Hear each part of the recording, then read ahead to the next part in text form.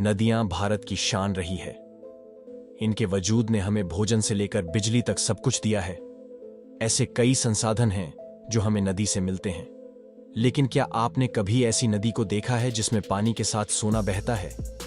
जी हां दोस्तों, नदियों के देश भारत में एक अनोखी नदी ऐसी भी है जो पानी के साथ सोना बहाकर लाती है। कई दशकों से लोग इस नदी से सोना निकालकर मुनाफा कमाते रहे हैं। आज भी इस नदी की तलहटी में लोग सोना खोजने पहुंच जाते हैं। ये नदी कहाँ है और कैसे इससे सोना निकलता है, चलिए आज हम आपको बताते हैं। बाजार में सोने की कीमत और अहमियत किसी से छिपी नहीं है। लोग शौक से सोना पहनते हैं और खरीदते हैं। बेशक बाजार में बिकने वाला ज्यादातर सोना खदानों से आता है और सोने को ढूंढने के लिए खदानों का सहारा लिया जाता है, लेकिन भारत की स्वर्ण रेखा नदी एक एक्सेप्शन है। इस नदी में लोग मछली पकड़ने से ज्यादा सोना लेने आते हैं। जी हां, झारखंड के छोटा नागपुर क्षेत्र में बहती स्वर्ण रेखा नदी सबसे अनोखी है। यहां रहने वाले लोग इसे नंदा नदी के नाम से भी बुलाते हैं। यहां के लोगों के लिए इस नदी का खास महत्व है। खास इसीलिए क्योंकि यह उन्हें केवल पानी मुहैया नहीं कराती, बल्कि वहां के लोगों के लिए रोजगार का साधन भी बनी हुई है। दरअसल दशकों से इस नदी की रेत से सोना निकाला जा रहा है। स्थानीय लोग रोज सुबह इस नदी में उतरते हैं और रेत छानकर इससे सोना इकट्ठा करते हैं और इससे पैसे कमाते हैं। ये काम कई घरों के लिए रोजगार का साधन है। उनकी कई पीढ़ियों ने इस काम से गुजारा चलाया है। झारखंड, पश्चिम बंगाल और ओडिशा के कुछ इलाकों से बहकर निकलने वाली नदी असल में 474 किलोमीटर लंबी है। इसका उद्गम रांची से 16 किलोमीटर दूर है। नदी से लगे तमर और सारंडा जैसे कुछ खास इलाके हैं जहां सोना निकालने का काम किया जाता है।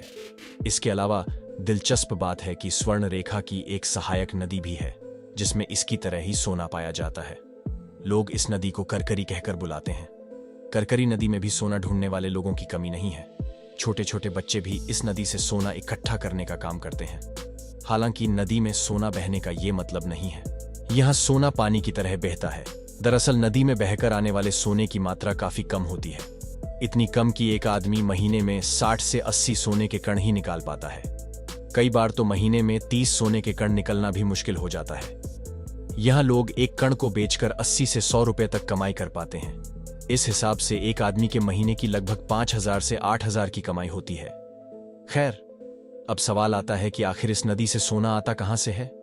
भारत में कई नदियां ऐसी हैं जो काफी बड़ी और चौड़ी है, जिनमें खनिज धातुएं और बहुत से प्राकृतिक संसाधन भी स्वर्ण रेखा नदी की तुलना में बहुत ज्यादा मौजूद हैं। लेकिन किसी भी नदी में आज तक सोने की धातु मिलने की बात नहीं सुनी। तो फिर इस नदी में ऐसा क्या खास है? आखिर इसके पानी में सोना कैसे मिलता है? जियोलॉजिस्ट की माने तो ये सारा खेल लैंडस्केप का है। नदी से सोना मिलने का सीधा संबंध उसकी जियोग्राफी से जुड़ा है। दरअसल यह नदी अपनी जर्नी में ऐसी कई चट्टानों से गुजरती है जिनमें सोने के कण मौजूद होते हैं। ऐसे में जब नदी चट्टानों से टकराती है, फ्रिक्शन के चलते सोने के टुकड़े पानी में मिल जाते हैं और नदी में बहकर दूसरे इलाकों में पहुंच जाते हैं। इस बात के गवाह यहाँ के स्थानीय लोग हैं जो बताते हैं कि नदी के आसपास की चट्टानों और पत्थरों में मोरंग मिट्टी पाई जाती है। इस मिट्टी को जब पानी में घोलकर छाना जाता है तो उसमें भी सोने की मात्रा मौजूद होती है। इससे साफ है कि चट्टानों में सोने के कण मिले हुए हैं। इसी वजह से सदियों से स्वर्ण रेखा नदी में सोना खत्म नहीं हुआ है। खैर, कुछ लोग यह भी मानते हैं कि स्वर्ण नदी में सोने के कण करकरी नदी से आकर मिलते हैं, लेकिन इस बात का कोई वैज्ञानिक प्रमाण नहीं है। खैर, स्वर्ण रेखा नदी और उससे निकलने वाले सोने के बारे में तो आप जान गए, लेकिन खदानों से निकलने वाले सोने के बारे में आप क्या जानते हैं? आपको बता दें कि दुनिया भर में सबसे ज्यादा सोना अफ्रीका में पाया जाता है, लेकिन भारत में भी सोने की कई खदानें हैं। खासतौर पर दक्षिण हिस्से में सबसे ज्यादा गोल्ड माइनिंग की जाती है। कर्नाटक, झारखंड, आंध्र प्रदेश और केरला राज्य भारत के सबसे बड़े सोना उत्पादक राज्य है। खासतौर पर भारत की सबसे बड़ी सोने की खदान कर्नाटक में स्थित है। ये राज्य भारत के 88.7% सोने के उत्पादन के लिए जिम्मेदार है। यहाँ कई लाख टन सोने के भंडार हैं जिन्हें खदानों से निकाला जाता है। सोने की खुदाई के लिए कर्नाटक में सबसे लोकप्रिय माइनस कुट्टी माइनस रही है। कर्नाटक के रायचूर में मौजूद कुट्टी माइंस कई सदियों से एक्टिव है। इससे सोना निकालने के लिए हर दिन 2000 टन से भी ज्यादा और को क्रश किया जाता है। हर एक टन से लगभग 2.6 ग्राम सोना एक्सट्रैक्ट होता है। वैसे बता दें कि खदान से सोने को चैट करने की 2 मेथड्स होती है। पहली मेथड में केमिकल के इस्तेमाल से सोने को निकाला जाता है, जबकि दूसरा तरीका क्रशिंग का होता है। इसमें और को क्रश करके सोने को इकट्ठा किया जाता है और फिर उसे प्रेस करके गोल्डन बटन का आकार दिया जाता है। कर्नाटक की हट्टी माइंड से हर साल भारत को कई टन सोना मिलता है। इससे देश को भारी मुनाफा होता है। हट्टी माइंड के अलावा कर्नाटक की सबसे बड़ी सोने की खदान कोलार गोल्ड फील्ड है। यह हमारे देश की सबसे बड़ी और लोकप्रिय सोने की खान है। आपको बता दें कि इसकी गिनती दुनिया की सबसे गहरी खदानों में भी होती है, लेकिन कई सालों से यह खदान पूरी तरह बंद है। इसके अलावा कर्नाटक में और भी दूसरी खदानें हैं जिसमें इसी प्रक्रिया से सोना बाहर निकाला जाता है।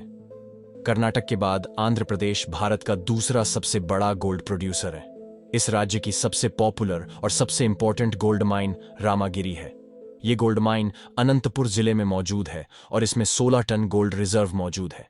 लेकिन दशकों से इस गोल्ड माइन को बंद रखा गया है और सोना निकालने का काम बिसेंटम और पलकछूर गोल्ड माइन से किया जा रहा है। आंध्र प्रदेश के बाद झारखंड भारत का तीसरा गोल्ड प्रोड्यूसर है। वैसे बता दें कि इस राज्य से मिलने वाले सोने की मात्रा कम है, क्योंकि इस राज्य को अपना सोना स्वर्ण रेखा नदी और उसकी सहायक नदी से मिलता है। झारखंड के अलावा भारत के केरल राज्य में भी थोड़ा सोना पाया जाता है, लेकिन इसकी मात्रा काफी कम है। यह सोना पुन्न पुजारा वर्ग और चालियार पूजा नदी के पास के इलाकों में मिलता है। तो ये थी भारत की वो नदियां और खदानें जिनकी वजह से भारतीय श्रृंगार में सोने की बड़ी अहमियत है। यकीन मानिए, सोने की छोटी सी मात्रा निकालने के लिए भी गोल्ड माइनर्स को कड़ी मशक्कत करनी पड़ती है। कई मजदूर दिन रात सोने की खदानों पर काम करते हैं और तब जाकर जरा सा सोना हाथ आता है। इससे पता चलता है कि भारत में सोने की क्वांटिटी काफी सीमित है और इसीलिए यह काफी महंगा है।